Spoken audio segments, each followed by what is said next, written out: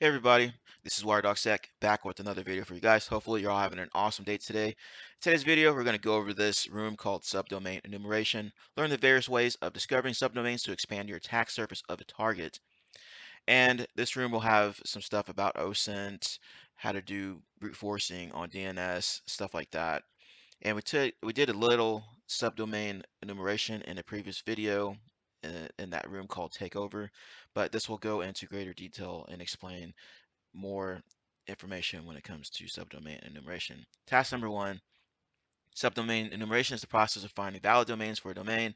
But why do we do this? We do this to expand our attack surface to try and discover more potential points of vulnerability. We will explore 3 different subdomain enumeration methods: brute force, OSINT, which stands for open source intelligence, and virtual hosts. Start the machine and then move on to the next task. Now, I'm not going to start the machine yet. We'll do that later on when we get into the actual practical application portion of this room. So what is subdomain enumeration method beginning with B? That's going to be brute force, and then O is going to be OSINT, and then V is going to be virtual host, as it explains up here. Move on to task number 2, OSINT, SSL, TLS certificates. When an SSL/TLS a secure sockets layer, transport layer security certificate is created for a domain by a CA, which is certificate authority. CAs take part in what's called certificate transparency, CT logs. These are publicly accessible logs of every SSL/TLS certificate created for a domain name. The purpose of certificate transparency logs is to stop malicious and accidentally made certificates from being used. We can use the service to our advantage and discover subdomains belonging to a domain. Sites like, and it's got the sites listed here, offer a searchable database of certificates that shows current and historical results. Go to cert.sh and search the domain tryhackme.com. Find the entry that was logged at 2020-12-26 and enter the domain below to answer the question. And so go ahead and do that. Go to this website and then type in tryhackme.com and find this specific log here. And it should come back with store.tryhackme.com. All right, continue on to task number 3, search engines. Search engines contain trillions of links to more than a billion websites, which can be an excellent resource for finding new subdomains. Using advanced search methods on websites like Google, such as the site filter, can narrow the search results.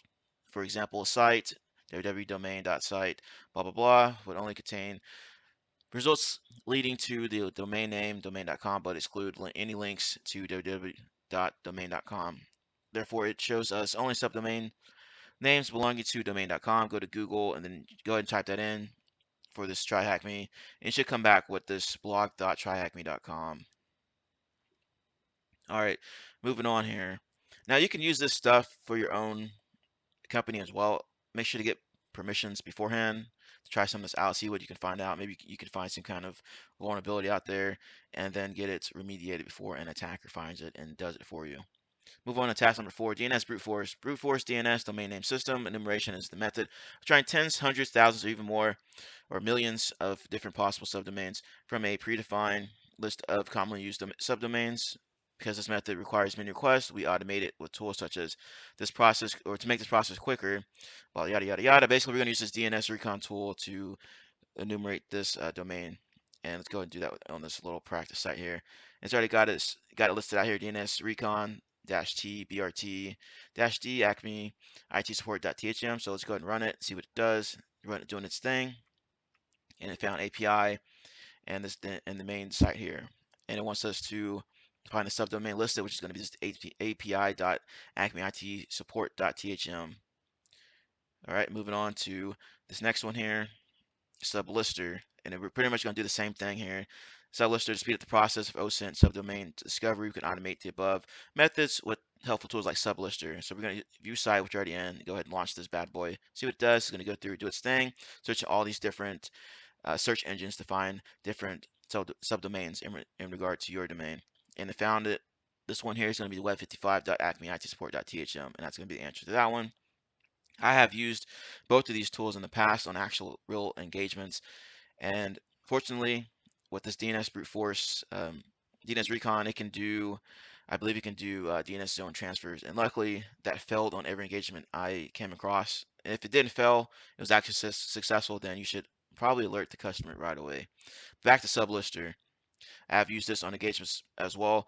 And the only caveat here is sometimes you can get like blacklisted on these because it's running some kind of crawler service to find this information, and you can get blacklisted or it'll stop working and it'll have some kind of like capture or something. I know that happens quite a bit on, I believe, this Google search engine here. Moving on to task number 6, virtual hosts. Let me go ahead and close out of here. All right. Virtual host. Some subdomains aren't always hosted in publicly accessible DNS results, such as development versions of a web application or administrated portals. Instead, the DNS record could be kept on a private DNS server or recorded on the developer's machine and their etc host file. And it's got the other one for Windows here listed, which maps domains to IP addresses. Because web servers can host multiple websites from one server, when a website is requested from a client, the server knows which website the client wants from the host header. We can utilize the host header by making changes to it and monitoring the response to see if we've discovered a new website. Like DNS brute force, we can automate this process, yada, yada, yada. And we're going to do that here with ffuff.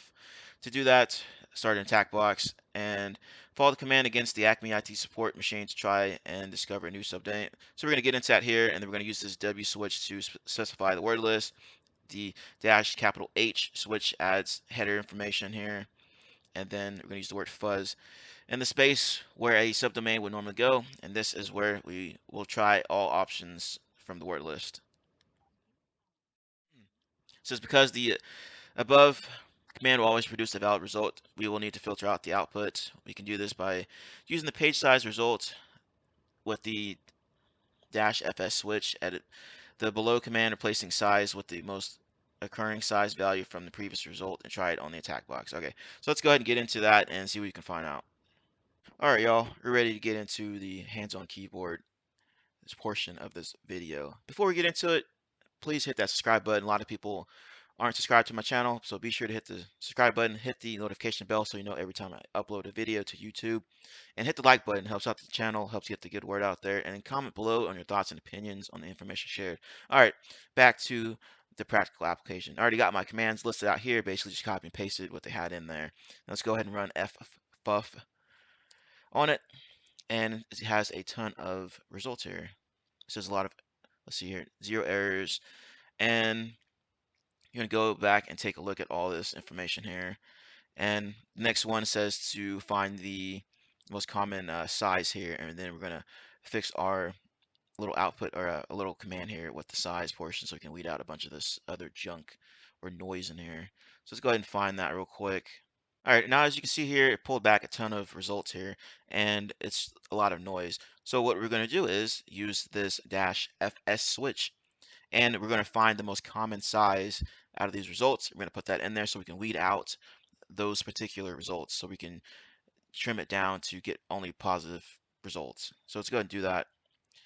Put that in there, and then dash fs, and then looks like this 2395 is going to be what we need for the size. Run it again, and it found 2 delta status code 200 and yellow status code 200, and that's going to be the last 2 for this.